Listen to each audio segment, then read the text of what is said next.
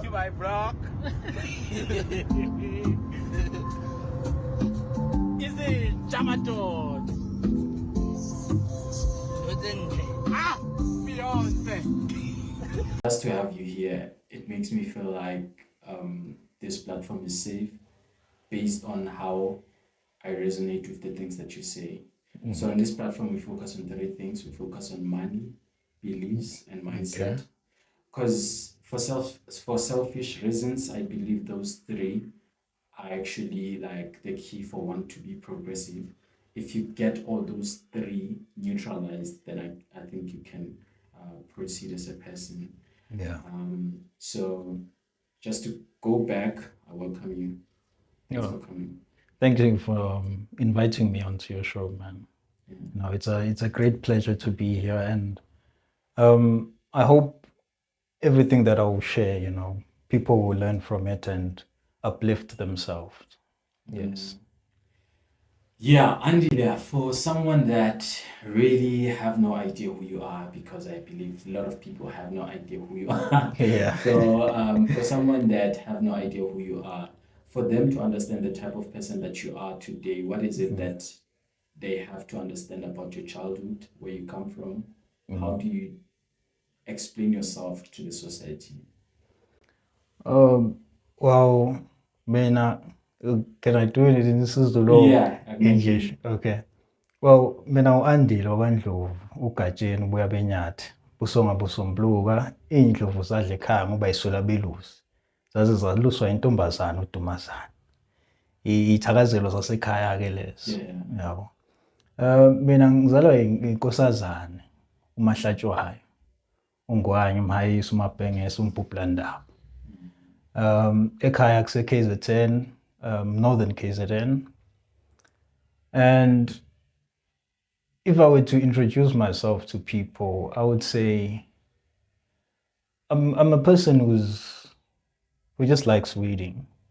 You know, as you have said, I like to also pick on people's brains and trying to understand how people behave and why they behave the way they do.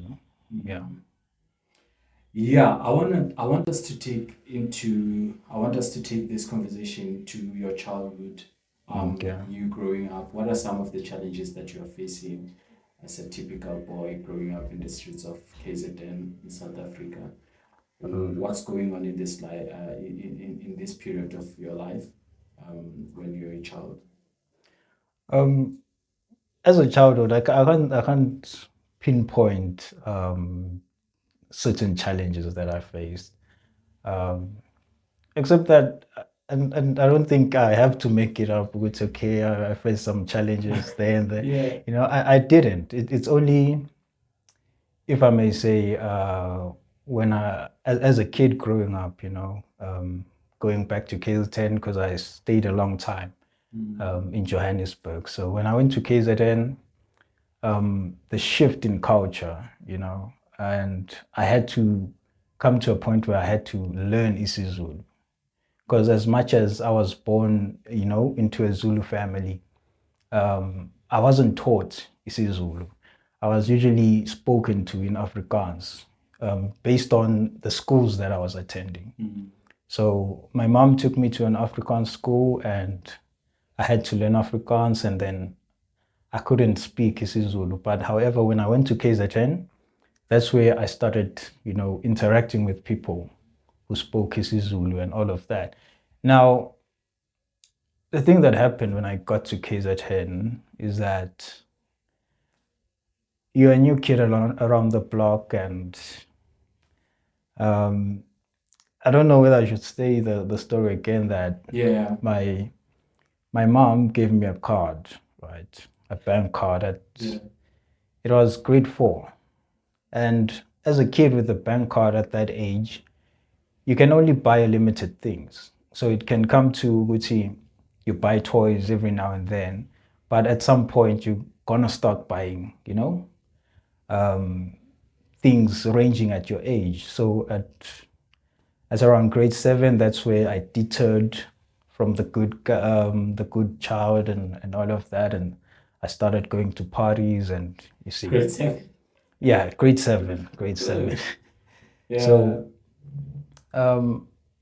and I think that's where the challenges arise from because I started being deviant, and being deviant at home, being uncontrollable, and all of that. But however, throughout the years, I've come to rectify where I went wrong, and I Yeah, believe that I have fixed that part. I see, bro. I want us to go through the things that we're going to talk about here for today. These are the following things that I want us to focus on. I want us to talk about your favorite laws of power from the book of Robert Greene. Yes. Yeah. Yeah, I want us to dive into your favorite laws of power there. And then I want us to talk about the question of fate and destiny. Okay. Are we meant to be something or are we destined? I mean, we create our destiny. Yeah, are we meant to be something or we create our destiny? I want us to go there. I want to hear your thoughts and beliefs on that. And I want us to talk about psychology. Psychology is the favorite subject of mine in how it impact people and stuff like that. I'm interested to know more in psychology, right? Yeah. So I want us to talk about how psychology affected your life, and I want us to talk about the parts that stood out for you in psychology as you continue learning, right? And what revelation, of course, that you get from psychology. Because I think this happens to me. Some of the things that I read now, they only make sense about the things that happen. Do you understand? Like it's Yeah. like a validation of thoughts that I've been thinking about this, but I didn't know how to conceptualize it or how to put a weight on it that Yeah. this is the idea, right? So I want us to talk about the revelations of psychology in your life. I want us to talk about the peace of mind of a South African. What are blockages and some of the things that block people from being happy, um, from achieving the state of peace of mind, Yeah. right? And my favorite, I want us to talk about seduction, and Okay. I believe life is a seduction. So we're not gonna go more on the erotic side of seduction, but I want us to talk about the everyday engagement of seduction. Okay. Okay. Let us start with the 48 laws of power. Which laws stood out for you? Um, the laws that stood out for me, right? In fact, before we get on the laws that stood out for you, bro, Okay. tell me, give me a review on the whole book. What do you think about it? I think it's a great book, man. It's a book that every young person is supposed to learn because it teaches you how to behave and how to act around people, you know. And it also goes to the background of history. It teaches you about history and um, how Napoleon and the Machiavellis and the Casanovas of that time, reacted to certain situations. And I think that would be very important for us to know in nowadays, because in order for you to prepare for the future, you have to know what came before you. So that's a that's the best way I can put it. Yeah, so now you go and read it. What stood out for you? Which laws that resonated with you most? What stood out for me is law number 4, right? And law number 4 says never overshare. So when we're talking about never overshare, it is learn when to stop to say something. You know, never reveal all your cards to another person. Because once you overshare, it's either one, you're going to drive a person away. Because as much as we don't want to admit it, but human beings live talking about themselves. So when a person feels like you're oversharing about yourself and they don't get the opportunity, to overshare about themselves, that's where you will, go separate ways. And it also grabs power in a way, because the less people know about you, the more they want to know. So the more they're going to be coming back to you to find out more about you. Yeah. Is it one of the powers that you've always delegated in your life, that you've always like shared less? Because how you appear to me on a very public eye, or maybe when I see you like with a social eye, you appear to be a very reserved person. You don't talk a lot. You did has the power of that law always been there in your life? Do you resonate with it because it has worked for you? As you have said, right, is that some things, as we read about it right now, it is a matter of, it feels like you have been doing it. It's just that now you're able to actually put the words to to that actual actions. Because with me, I usually don't overshare. Which memory or moment of your life where you recall this law having like done wonders for you? Because I can tell you for myself, Yeah. yeah, and I'm not gonna try to put names on this so that I don't implicate myself for any reasons. Okay. Look, I enter into a premise, so this is a private property. I'm using the card of someone else who's eligible or allowed to enter the premise, but I'm not allowed, right? Yeah. And I get to a gate, I'm driving and I'm giving the security, okay, and I'm trying to tap so that I can go in, right? And the security is like, let me see that card. Yeah. And in my mind, because I know, and this card belongs to a woman for worst part, right? I can't like force myself into that identity. And then I'm like, here's the card. And the guy takes the card and is like, and he gives me back the card. And I'm like, yeah, this is my girlfriend's card. And the guy's like, what? Let me see. Let me see. Yeah. And that's when I lost it. Like I lost the access through the entire premises only because I overshared. I think that's where like if maybe I could have just taken the card and be like, okay, and tap and then move, maybe I would have saved myself. But I know I have that problem of always talking, always talking. So now I want to go back to your life. When you look back, where did the law work most for you? Can you bring us into a context of that moment, if you have one? It's I can't, as I've said before, like I can't pinpoint a moment where I'm like, I feel like if I had knew this law, it would have helped me in a way. Yeah. It is a matter of, somehow it was in the subconscious mind on my side, right? Because even people who met me back then or who meet me now, and most people would be surprised that I actually went to an African school. Most people that have known me throughout my life, they don't know that part. I didn't know myself. Yeah, Yeah. it is. I feel like there are some people who are supposed to know some certain things about you in a certain time, right? However, you should not tell people about your whole history and how you grew up and all of that, because as much as we don't want to admit it, people are temporary. You meet, What do you mean by temporary? you can meet a person today, and then in a few weeks, time, months, you're out of contact.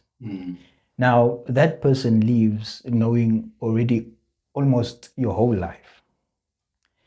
It is easier for that person to plot against you if you guys have somehow fallen out, or you got into a disagreement and the person goes the other way. It's easier for that person to plot against you because they already know all the good that you have done. They already know all the bad that you have done.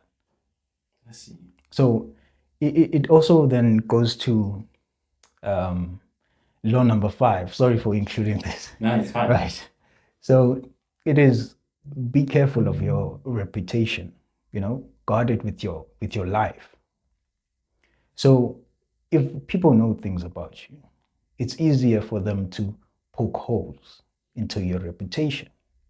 And it takes time to build a reputation, but it takes a few minutes, even seconds, for a person to actually ruin your reputation.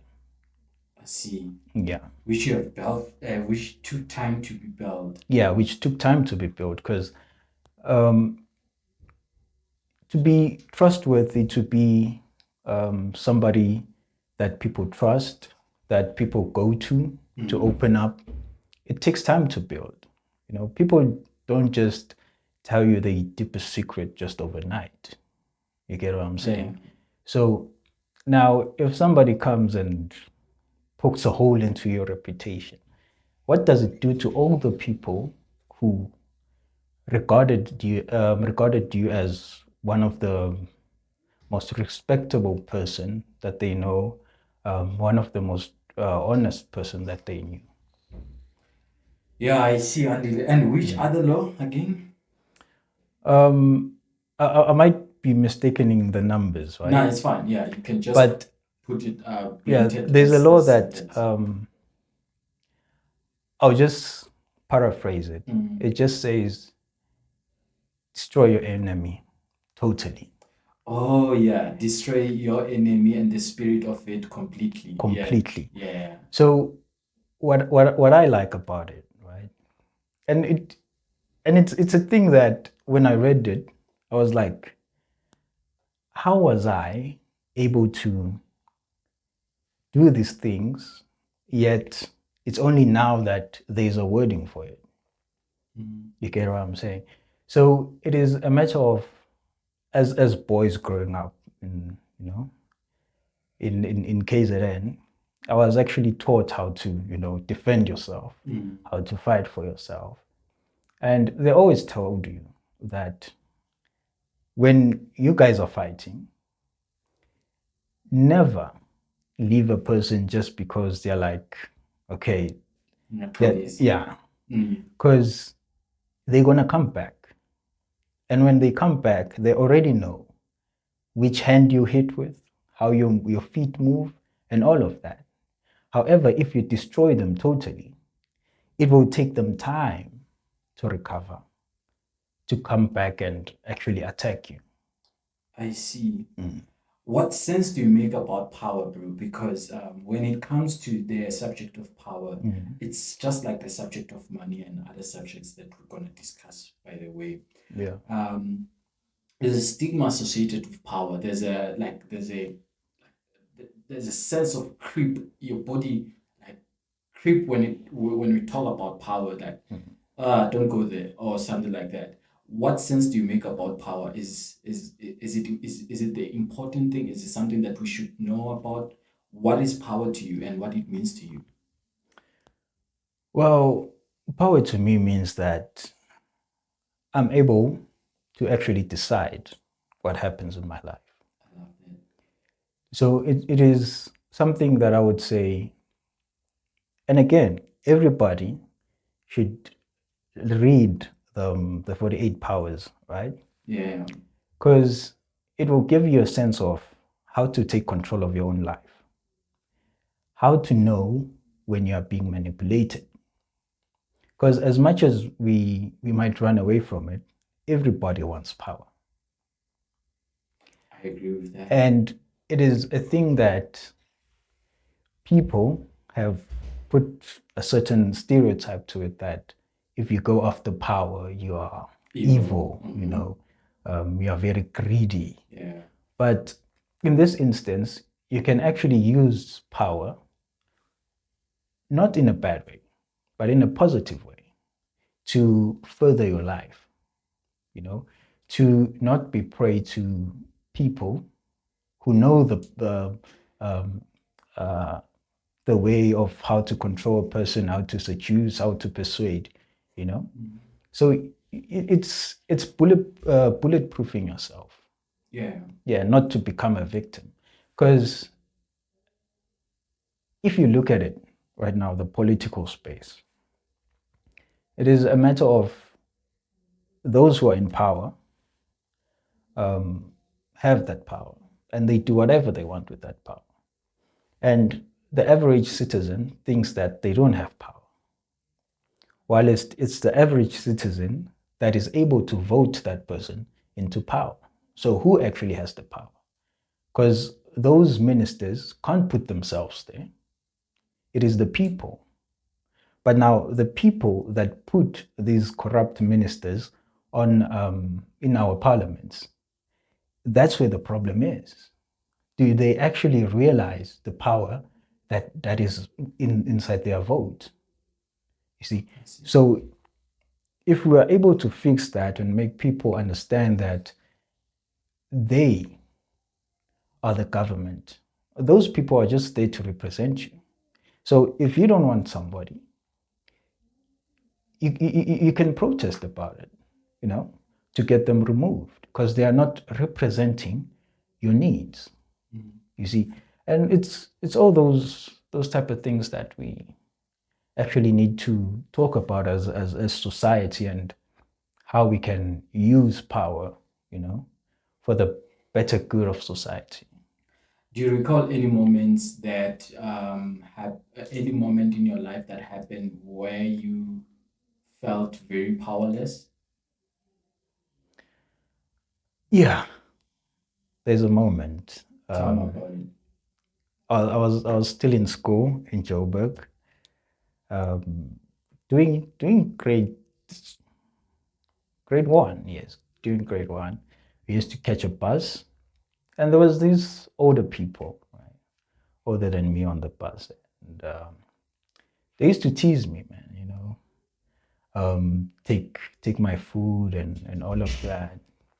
And I felt like there's nothing I could do because these people are older than me. So it got to a point where I needed to teach myself to actually stand up for myself and say no. And that's where I realized that people take advantage of you when you're not confident in yourself.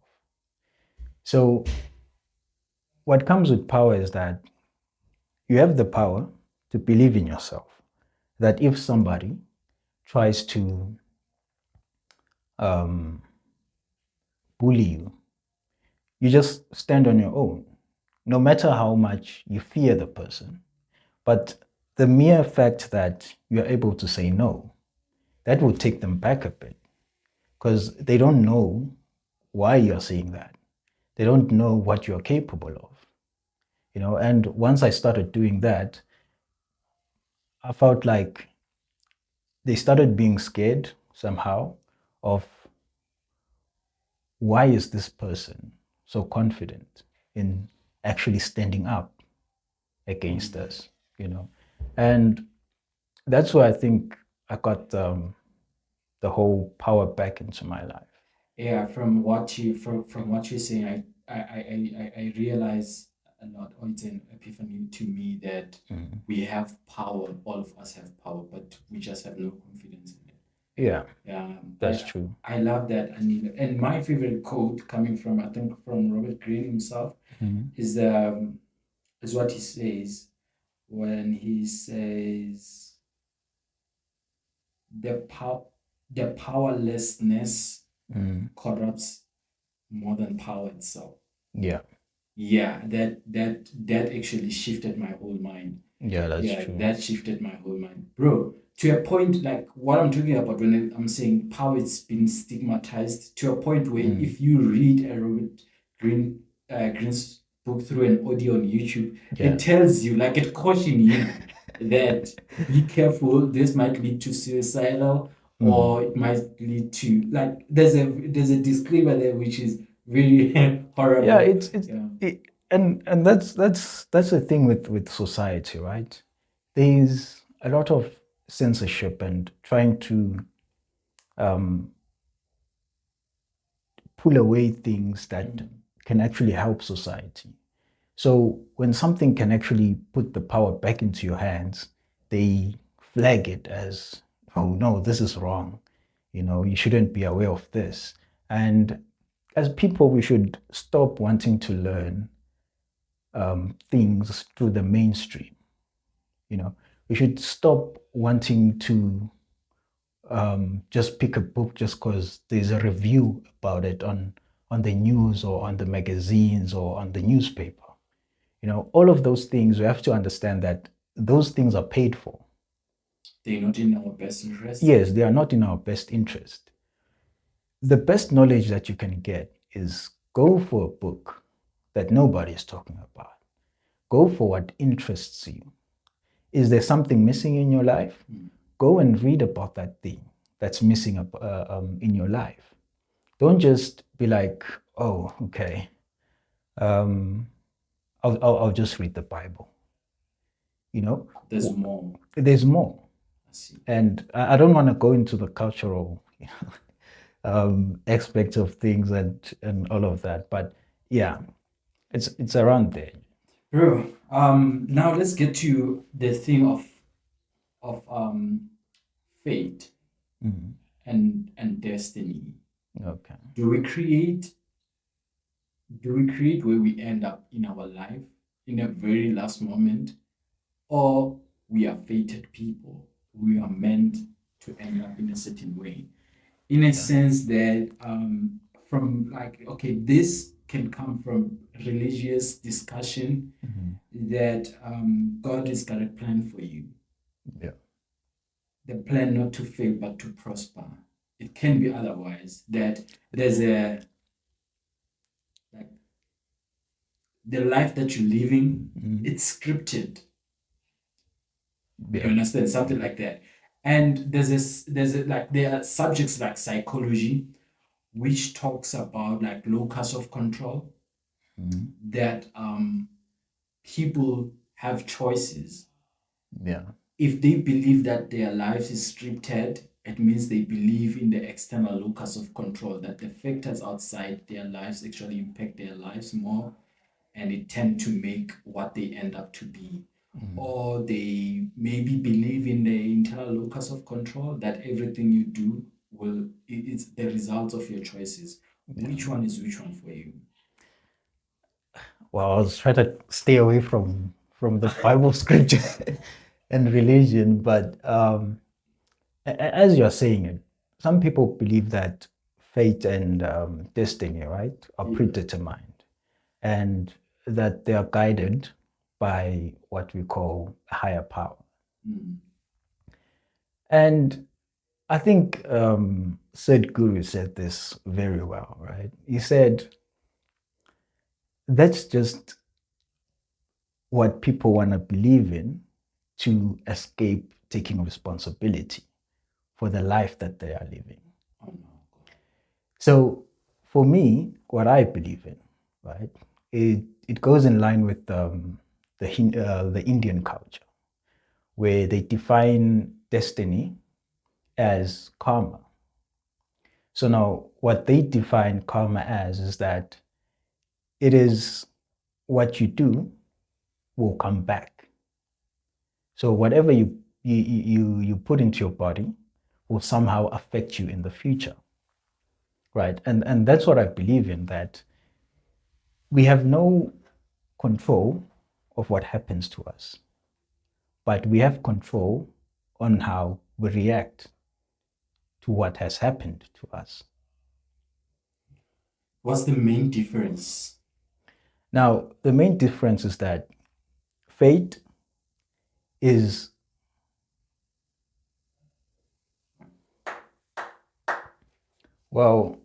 fate is predetermined, right?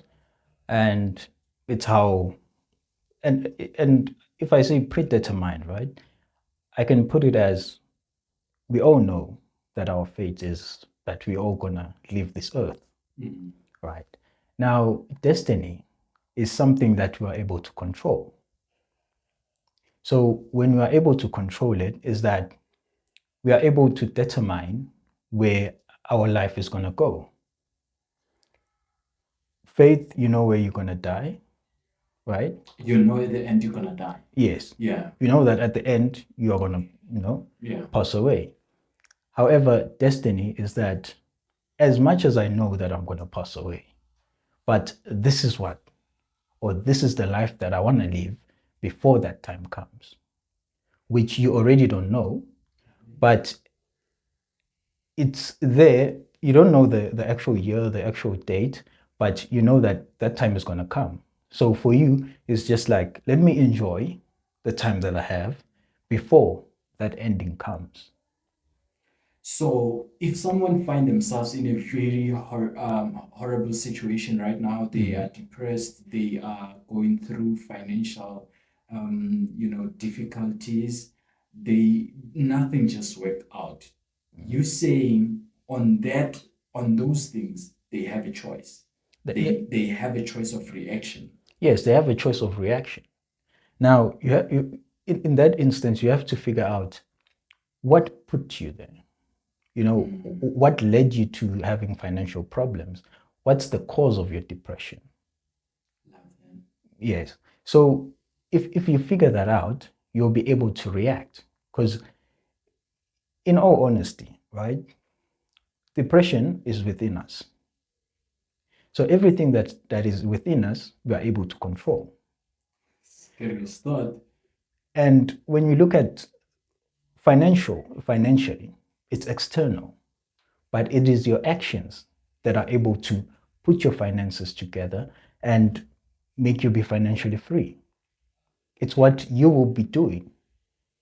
You see, as much as it is the external factors that maybe you are getting underpaid at your work and all of The that. inflation and all that. Yes, Yeah. that you have no control over, Mm. but how you position yourself in life, how you position yourself against the rising cost of living. That's very important to ensure that you don't fall into a depressed state, to ensure that you keep on, living a fulfilling life despite whatever is happening around you. So if you had to summarize this as an advice, you would say to someone else, don't think of what's going to happen. Think how you're going to act on it. Yeah. After it happened.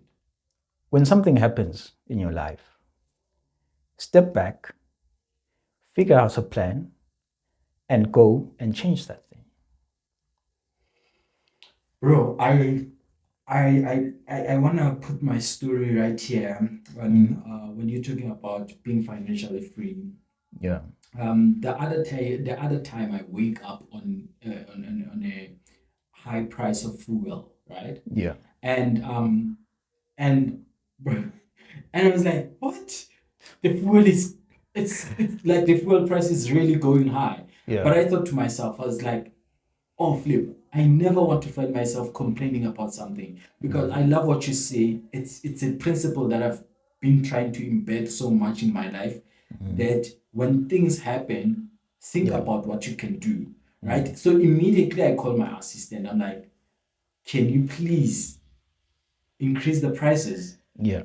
on the business, which is like this can serve as an analogy of like what you're talking about, how you position yourself. Yeah. I love that so much. I love that so much. So we agree that fate, we are destined to die, and but in terms of the death, like we are meant to die. But in terms of the life that we live, we have control through our reactions to it. Yes, we have control to it. Because take for example, let's say somebody is going through a stressful moment, right, in time. Some people might choose to actually go and consume alcohol or any other substance. And some people might want to sit down, calm themselves, collect their mind, and then fix whatever is stressing them. Now, what happens is that if you put in alcohol, in the long run, that's what you're going to depend on. And that thing affects you within your body. It also affects the way your brain functions. So once you have destroyed your brain, I don't think there's any way you're going to come back from that.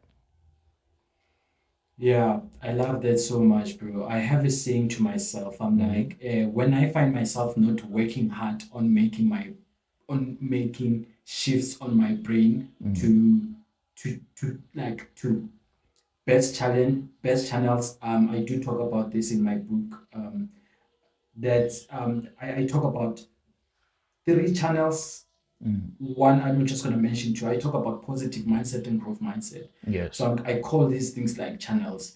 When I find myself not working on shifting my mind to best channels, I always say to myself, when you get defeated by everything else, your Yeah. mind is the one that is going to come to rescue. Yes. And if you never worked on it, it's going to rescue in a way that is unfavorable to you. Yeah, So I that's love true. that so much. Let's dive into psychology. What was mysterious, or what you thought what do you think is a secret about psychology that we don't know about, or what as like average people, or how do I phrase this question? What's the secret that you have detected in psychology that you look at an average person, you like they don't know about this thing? It can actually serve them better. Oh, that's a bit difficult one. It's it's difficult because it's broad, right? Should I Yeah. rephrase it? Yeah, Okay, let me rephrase it. In you studying psychology, yeah. what changed your life from what it was and to what it is today? How Okay. did psychology impact your life?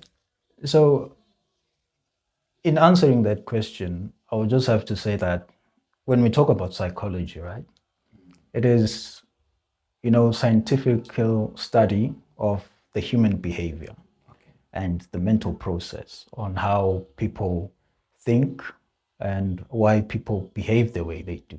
they do things the way they do. Yeah. Okay, So for me, I felt like as people, and we use psychology in each and every day. tell me about it. So when, okay, let's say you wake up in the morning, right? And you think about the way your day is planned. That's a mental process.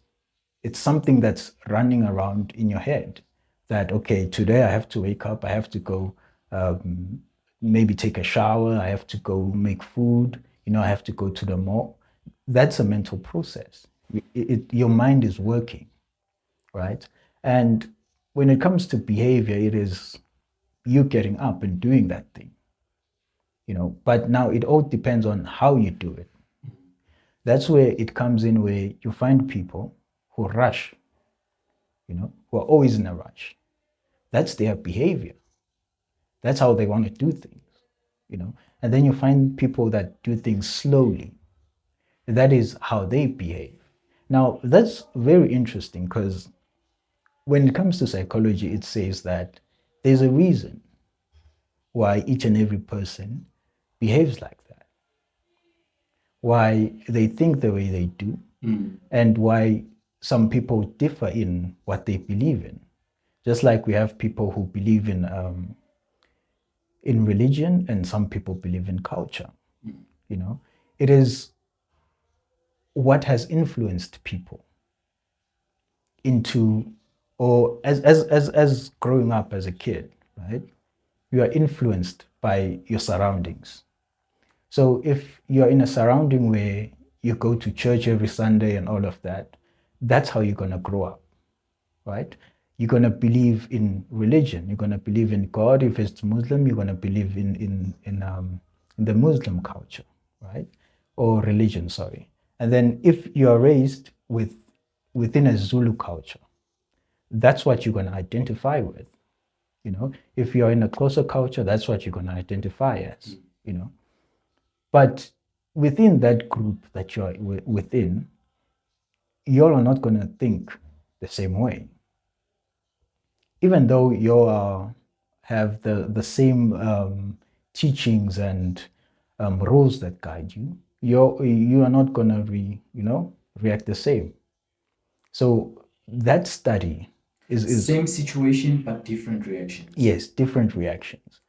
And that goes to tell us about the process within a person's mind, you know, and we see things. That's why they say two people can be looking at something yet come to different conclusions, you see. So it's all in within the mind. Bro, how hard it is for one to reverse their behavior, their like their attitude on like their attitude towards things. How Yeah. difficult is that? How difficult, like for instance, the two of us, Yeah. we're looking at our situations. We're looking at the situation maybe where we are broke, right? Yeah.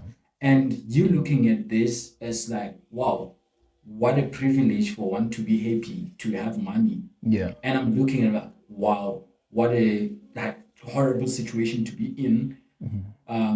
What's next, you know? Yeah. How difficult it is for myself to for me to shift this attitude, the behavior as well, into maybe a better one, or the one that's constructive. You know, changing behavior, it's not an easy thing. You know, it's very difficult to change what you have been accustomed to and start doing something different. You know, but it takes time and dedication. If you are dedicated to what you want to become, that's that's the sole thing that you're going to focus on, no matter the challenges that you face. You know, and as you put it, that some people might see a difficult situation and see an opportunity, and some might see it as an end, right? As there's no way forward. Now, the only thing is the way they think. That's the different thing. Same situation, but the way they think it's very different. So I think as a person, you have to have your own goals, where you want to see yourself, you know, in the near future.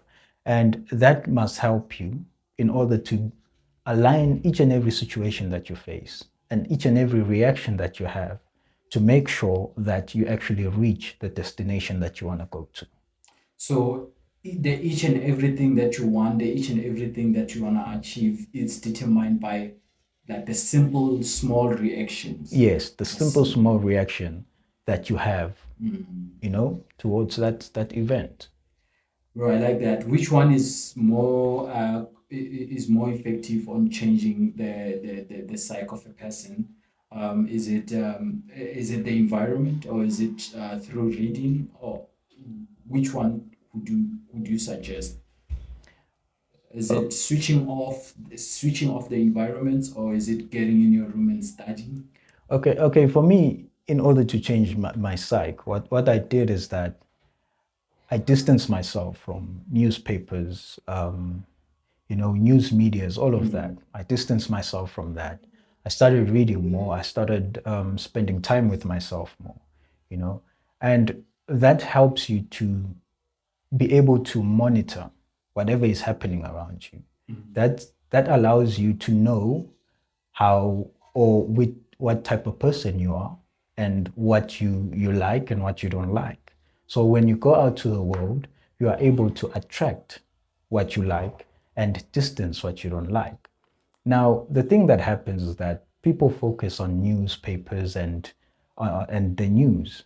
Now, what they do is that they can promote propaganda using news outlets, and they can use that to make you think in a certain way. So now, when you stop watching the news and reading newspapers, you put the control back to yourself. Power. You see, Yeah. so it is you that has control of what you consume, and what you consume is what will make you a better person. So if you're watching the news and people dying and all of that, that can affect the way you think, you know. And when you walk out, you'll feel like everybody that you're passing is probably a serial killer, you know. And with me, even when I walk on the street, I don't know what's happening. I only hear people talking around me. Gucci, this happened where Someone and this was happened. stabbed. Yeah, somebody was stabbed. Yeah. But for me, whatever time I walk, I feel free because I only know what I know. Because your mind is not tainted by what's happening around. Exactly. You only think about what you want to think. Yes, I only think about what I want to think and what I know. How important is it to control your thoughts? Um, I'm saying this because there are thoughts that I sometimes don't want in my mind. Well, I have my own strategy on how to control them, but I want to hear from your side. How do you get rid of unwanted thoughts? Well, it's pretty easy. You just stop thinking about it. It's not rocket science. Yeah. It is in your head. How did it get there? Yeah. You allowed it to come into your conscious mind, right? Okay. Then why don't you, stop that thought? Well, if you can't stop it right away, then decide to think about something else. You can switch off. Yeah. Yeah. What's the one thing that you find positive? Be in the moment. Find something that will take you away from that. Instead of just thinking about something that is going to upset you and you know that you don't have control over.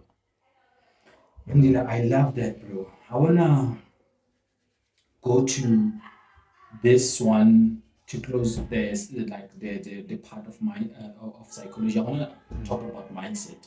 What's your take on mindset? It changed my life. Mindset, I think everywhere I go, I want to preach about mindset because mindset, the discovery of mindset changed my life, bro. Yeah. What's your take on mindset? The mindset is very important because Okay, how do you explain or define mindset in your own understanding? in my own understanding, a mindset is what we use, right?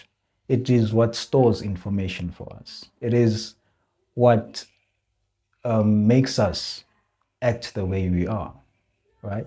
So the information that we have within our mindset is how I will present myself to you, and all of those things are very important. It's the way our mind is tuned or set. Yeah. Okay, I see. So if you know that your mind is set in this way, automatically that's how you're gonna behave. It's more like a programming. So you program yourself to act in a different way or in a certain way, and that way is gonna be how you interact with people. I love that. Let's now get to my favorite part of the interview. Yeah. I want us to talk about seduction. Yeah, this is my favorite part. I love your views so much on this, bro. I believe myself seduction is life. Yeah. And for such a long time in my life, I was just not aware about it. I thought like things happen organically Yeah. until I came across this subject called the seduction, Yeah. right? So, and I was part of those people that thought seduction is an alarming word that the society must not address and the kids must not know about it. Yeah. Till I realized that there's an erotic side of it and there's a social side of it, which applies to every individual out there. Yeah. How we engage, how we close things, how we make our relationships, how we close friendships as well. Seduction is life. I wanna get your explanation on seduction. How do you explain seduction to someone that is watching? Seduction is how you persuade, if I may put it like that, how you persuade another person. It is how you interact with people. And as you put it, we use seduction like each and every day. Yeah. Because you might not actually know about it, but if we detail it and put it in more detail, you actually understand that the way you talk with your friend, that's seduction. The way you talk with your mother, that's a form of seduction.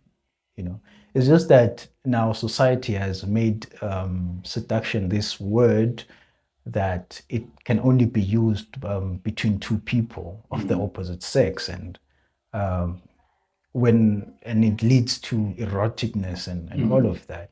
But it is a very innocent word, actually.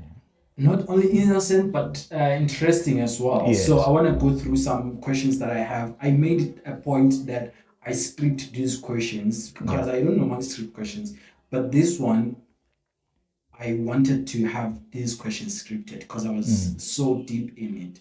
I want to start with this question. What is it that stop many of us to be good seducers or to be seductive? When you look now, I'm not putting gender on this, but Yeah. people in general. What is it that you think hold us back to become more seductive in this current age? It is social media. God, tell me about it, man. You see, social media has come to a point where it makes people not want to interact with each other. Yes, you interact over a screen, but it is different when you interact in person. So in person, you're able to see the facial expression of a person. You're able to tell by the tone of their voice whether they're interested in that particular conversation that you're having at that time. And the other day, I was talking to one of my female friends, right? And she was like, why do guys nowadays not seduce, right? Why is it that guys nowadays, they don't usually approach you, but they feel free to take your number out of a group chat on WhatsApp and hit you up and be like, hey, I just saw your profile picture and I think you look beautiful, you know? And it is the reason why I say it's social media is that it has allowed us access, right, to multiple people. And well, we don't usually pay too much attention to one person because you can just text this one, and if they are not interested, you text the other person. Without having learned the things that made you less seductive on the one that you're living. Exactly. Love that. So now when you interact with a person face to face, you're able to tell the way they are responding to you, you know, is it because they still want you to continue with the conversation, or it's just that, okay, no, I don't, I'm not interested in communicating with you. And it is valuable lessons that we learn when we interact with different people, and not just people that you know, but people that you don't know. Yeah. Bro, now let's come to gender thing. Let's come to gender. Like with males, with us men, what is it that make us attractive, which we're sleeping on? Or how can a man become very seductive in this day and age? Because I find it difficult. This is just a selfish question. Like I ask this question for myself. Okay. I look at the space most of the time, and I'm like, I'm not seductive enough to approach that lady. I'm not seductive. I'm not. What makes a man seductive? What is it that a man should work on? Is it our communication? I was I was on a plane from Durban to Joburg the other time. Yeah. I'm talking to this lady, and I'm asking her a question. Yeah. What is it that she see? What is it that she realized about men of today, which become a red flag in a relationship? And she said, men of today are not so romantic. You understand? Yeah. And now I want to go to your thoughts around us men. What hold us back to be seducers? What hold us back to be good to be persuasive? What is it that hold us back?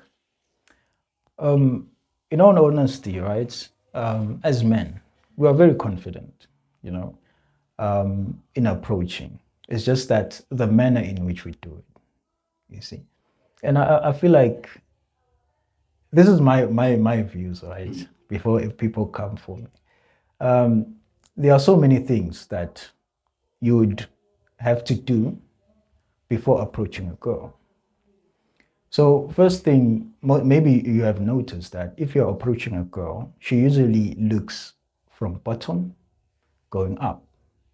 So now, as a guy, if you make sure that you have good looking shoes down there, right? Designer shoes. It doesn't have to be expensive. Doesn't have to be expensive. It doesn't have to be Good looking expensive. shoes. Good looking shoes. See. You know? So she's gonna be captured by the shoes first, which she finds amazing, right? Because women love shoes. That's what we know. I didn't So you didn't know I that. didn't know, my man. You don't know Guess they this love podcast heels? is working for me. Yeah. Okay, so women like shoes, right? So when she sees a shoe that she's never seen before and it looks, amazing, she's gonna start, okay, he's coming all right. Okay. She's gonna go up, right? And as she go up, right, that's where the color combination comes in. Because women like colors and they like bright colors. I thought it was only for themselves. That's how their mind works. So when they think about themselves, right, they think, Oguti, if I wear this color, this is how I'm going to look. So now when they see that color combination on you, they become attracted to it. You know? And if your clothing are like fitting, don't okay, I see there's now fashion, wearing oversized t-shirts and all of that. It will only get you some certain types of females, right? And some certain type of females just want a nice fit. Your clothes should just be fitting, not too large, not too small, and they go up to your face. Always have your beard trimmed and, your hair all well done. That's the first step. So as soon as you say hi and you tick all those boxes, she's going to give you an opportunity and respond and say hi back. Now, how do you, continue from that point? Well, I would say just reach out your hand, and say, hi, Wow. my name is Andile, Yeah. Obviously, you're being, generous, you're being nice. These are things I've never had, I've never done. Yeah. I guess you're going to start doing it now. I'm going to start doing it. Yeah, So yeah. when you reach out the hand, right, you're being nice. And it's normal to greet somebody's hand. You're not coming with bad intentions. So she was going to reach out her hand, you tell her what your name is, or you ask her name, and you withhold your name. You get what I'm saying? Yeah. So as it goes on, well, we talk about whatever you're talking about, but that touching of hands puts her at ease, because now she feels like you're somebody that she can trust, right? And it's referred to as the raptor, if I'm not butchering the name, right? So it is building a sort of trust between you two. As much as the handshake mattered to men, it also mattered between a female and a man. Yes. I see. So, well, when she doesn't want to reach for your hand, that's where you know it's okay. It's your cue to just, go your way. And it is okay for if a female doesn't want to interact with you. This thing of guys insulting females and saying bad things, I don't know, man. But it shouldn't be acceptable, Oh, yeah. And in terms of women, do you find them, are they seducing? Are they seductive themselves? Because I heard that the concept of seduction actually came from a women when they saw themselves not having a power from political men, from men of status, that they would use their money to get women, but women felt like they didn't have power because they didn't have money. Yeah. And that's where the idea of independence, feminism would mostly spark from. Yeah. That when they seduce them, a man feels like is in control, but they are in control. They are in in woman power. Yeah. Yeah, are they doing well in terms of seducing us? If they're doing well, please give them their flowers. I can move to the next question. I think there's a lot that women would have to, you know, read on or work on when it comes to seduction, you know. And I think a great example would be the likes of Cleopatra and also Josephine, you know, the wife of Napoleon. I think those people would be great people that they can learn from on how to be, you know. How do you explain those characters that you have mentioned briefly? When you look at Cleopatra, right, how she lured in Unakuzan, or Julius Caesar, is that they had a meeting. Julius Caesar set up the meeting, and she didn't just come there like everybody else, you know. She came as a gift.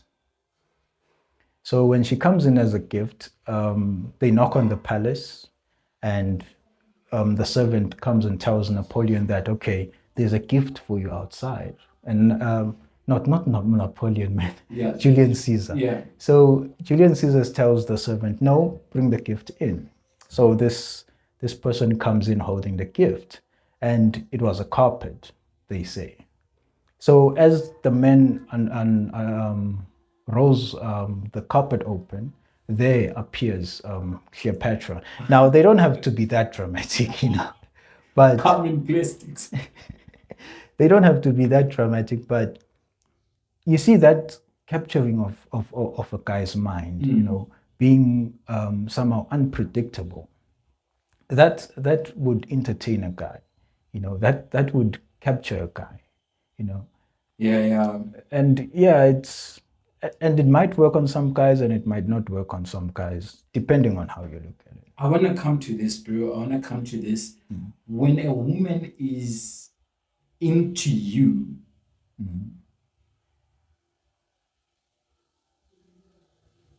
what are some obvious signs that you can conclude on?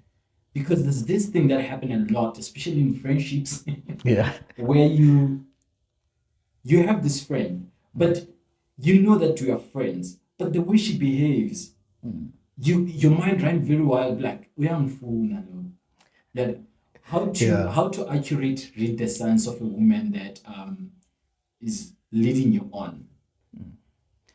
I think Because there was a saying that I forgot Uguti, men of today are very slow.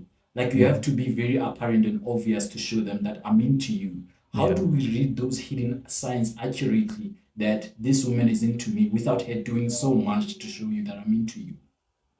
that would be a matter of when she's into you, right? She'll somehow want to be with you, you know.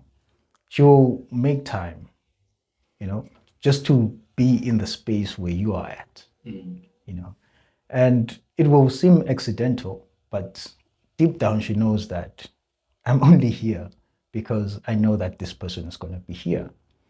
And another thing would be touch.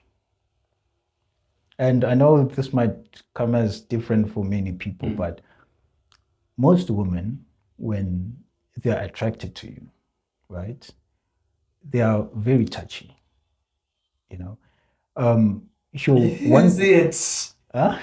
Is it? Yeah, one Gotta minute. look at the people that are touching me a lot. Yeah, just take a look at it. Yeah. She'll want to be close to you and, you know, be touchy. One moment she's touching you, you know, and, you know, moment passes by, she touches you again. You know, those kind of touches, it is somehow a way of telling you that, okay, guy, I am interested in you, you know.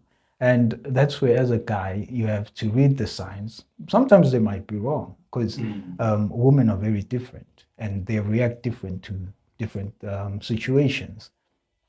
But as a guy, you should actually also try that, you know. And if you touch her, just look at how she reacts from being touched by you. Because women are very sensitive on touch, right? Exactly.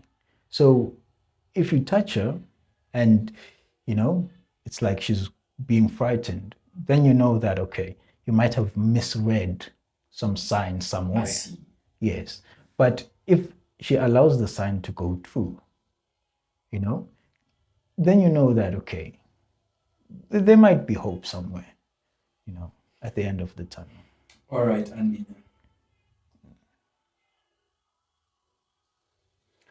All right, Andile. I want to come to this thing. What pain of our heartbreaks do to our possibilities to be seduced?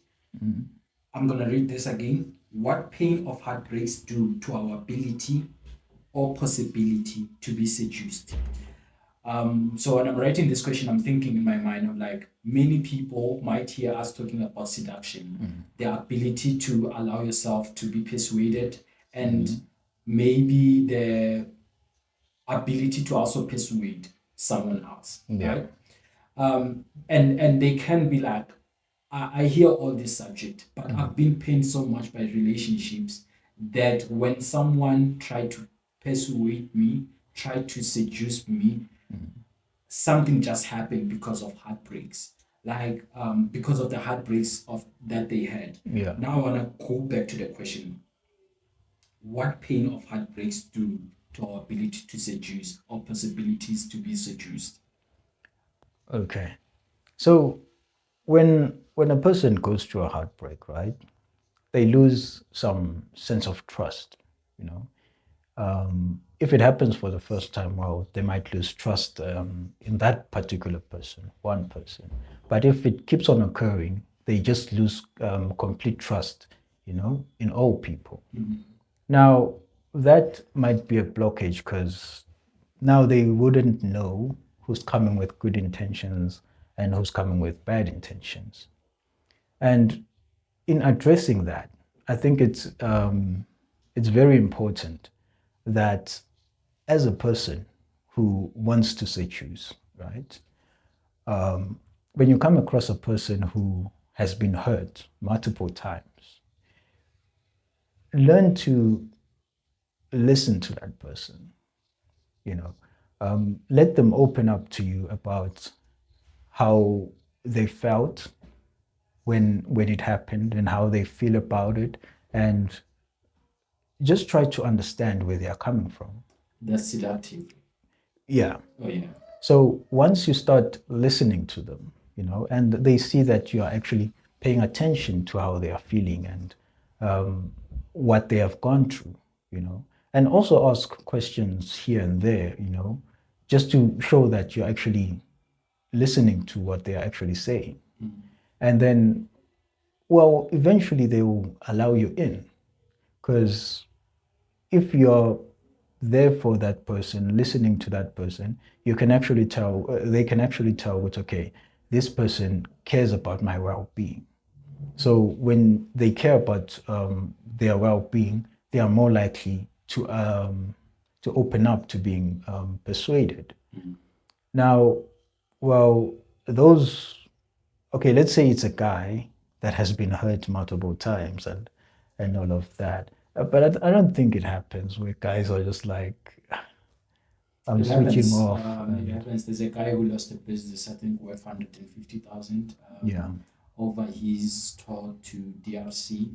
He left the business, and it seems like there's something happened between him and his wife, His and wife. the management of the business. And the guy ended up not being into women because she understood the greatest cost that came with loving and trusting a woman. And then the guy never had the thing for women at all afterwards.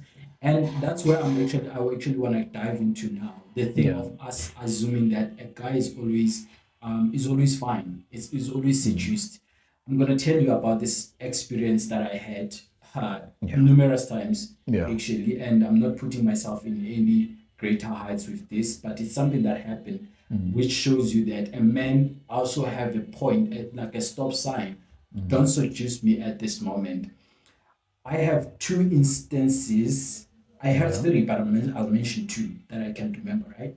The first one, It was in my place. A lady came, right? Because I was always alone. I had no girlfriend at that moment. Yeah. This lady came because I was by myself, right? And when she came, she told me about, like, I have a crush on you and all that. She was basically starting the whole act of seducing me. Yeah. Right? I have a crush on me. And it was nice until she started touching me. And now that was a red flag.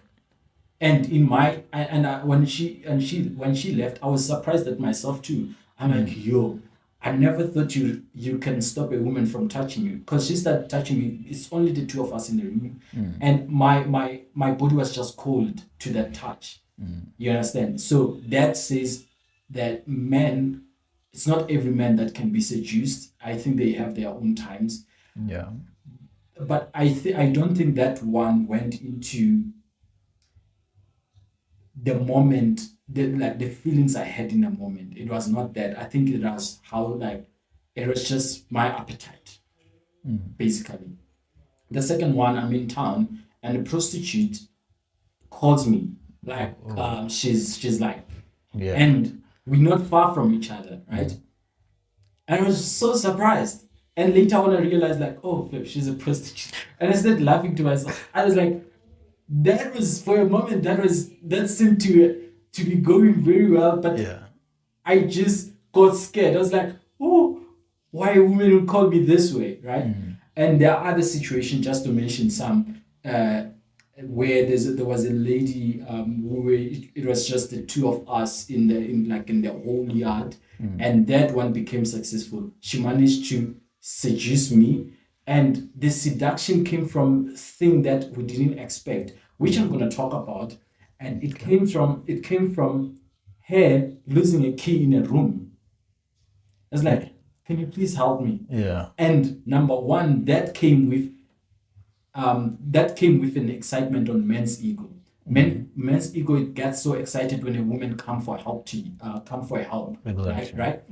When she come for me, like, can you please help me? That actually tickled my ego as a man. And number two, the key, I was like, I seemed to be losing the key, but she never intruded. She trusted me with, like, you're gonna get that key or no. And when I took out the key finally, to see the excitement and all that stuff, that's where, like, the whole thing started on, right?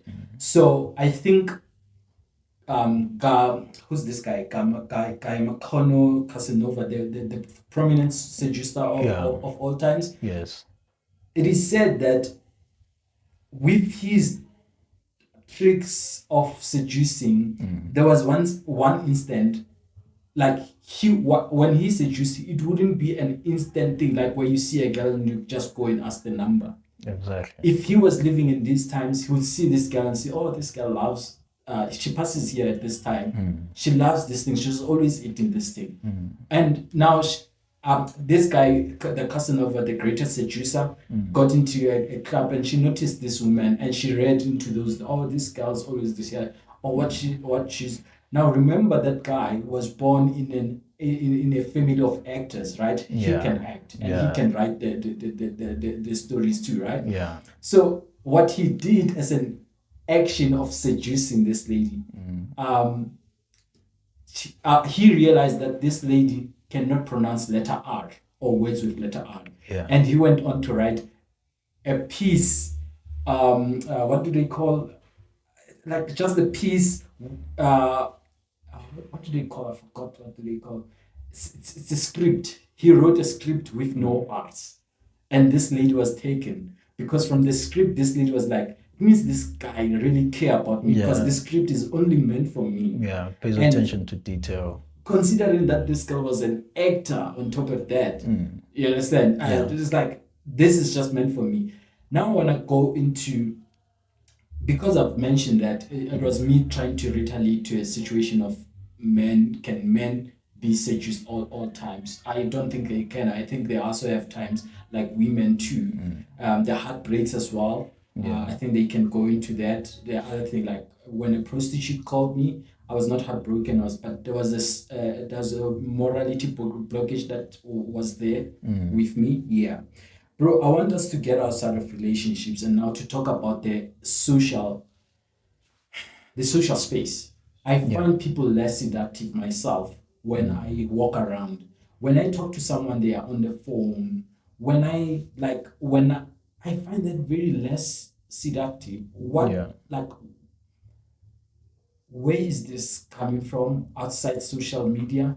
And how much an individual can lose from this, and what awareness can you bring? Because I feel like the world is going visual, and for that Yeah. reason it's becoming very hard for people to engage. I mean, I like engaging, I like talking. Like, this is my favorite part of my life. I Yeah. like talking to people, and to some people, when you talk to them, they find you very odd, Yeah. invasive. Mm-hmm. Tell me about that. Where is that coming from? Because I don't think it comes from indigenous times. I, I'm going to tell you about my experience in rural areas. When I go back at home as Lalini, Yeah. bro, you greet, I don't know how many meters away. So, Molo Tatu Lamini. Yeah. You understand? Yeah. And you can actually start a conversation from the Unjani, Ingomo zako ziphelele, beziphelele, something like that. Yeah. Yeah. And every time when I met as Lalina, I feel at home because people can talk. Where is this thing coming from of us not? Or how can we fix it? Where is it gonna even lead us? Yeah.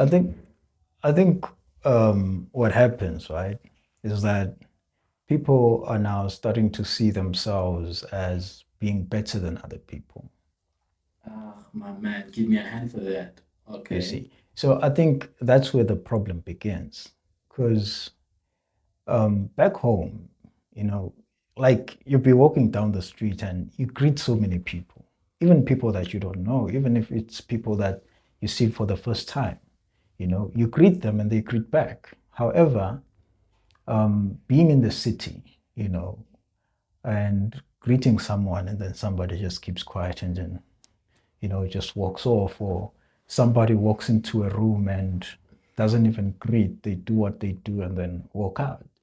And you might say that, okay, in public, maybe people don't respond because people are now very conscious about, you know, scams that are happening. Insecure. Yeah, and the level of crime. So they might think that you are somehow wanting to rob them or something like that. But I think it's one thing that as society we need to go back to. You know, if we actually do really want to build a better country for ourselves, you know, it's better that we learn to live amongst people rather than thinking that you are better than somebody else.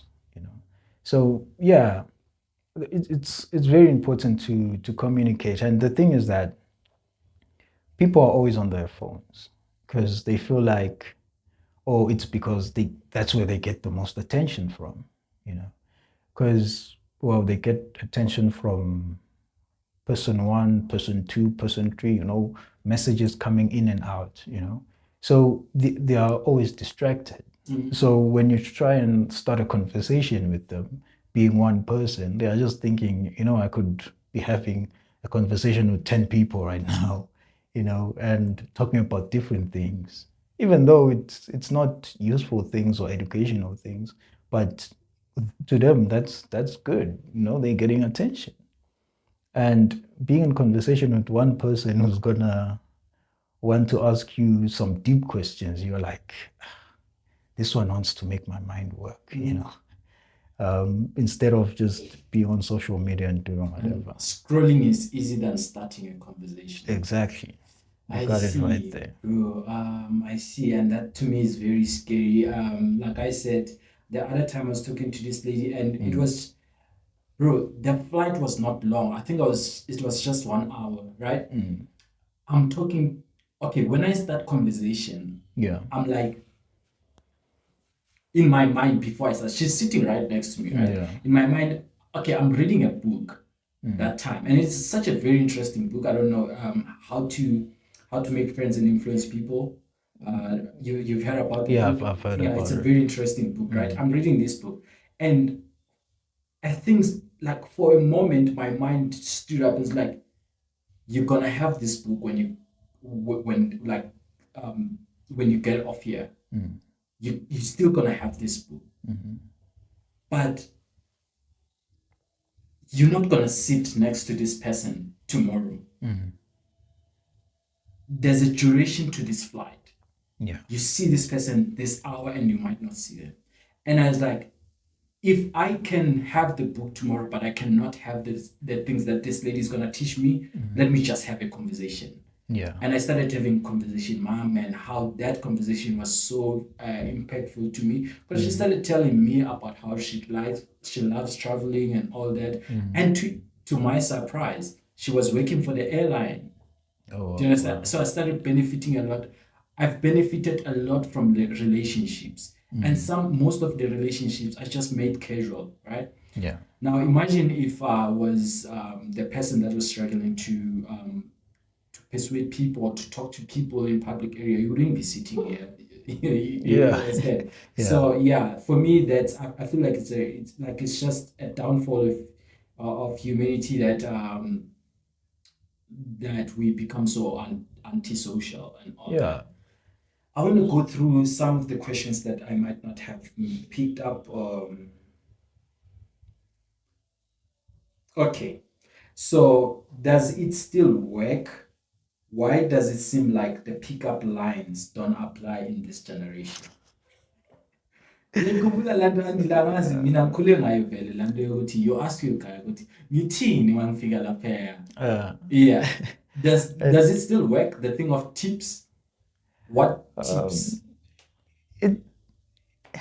I think it has run out of time, man. It is somehow not that much relevant.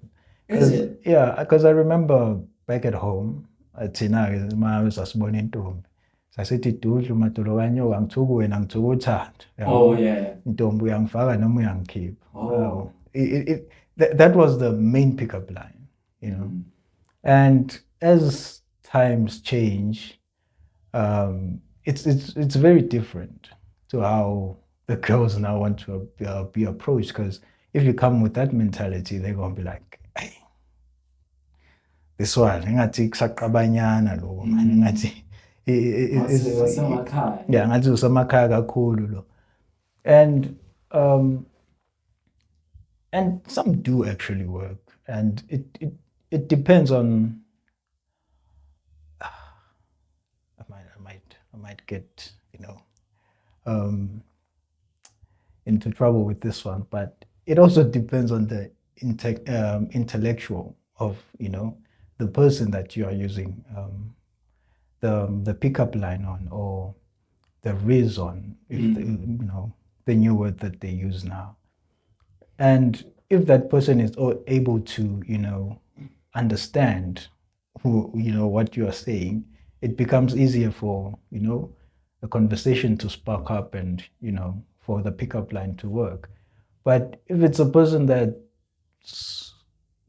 just somehow doesn't want to think about it, you feel like, okay, my pickup line is not working, or my pickup line is not that good. But it works on some people.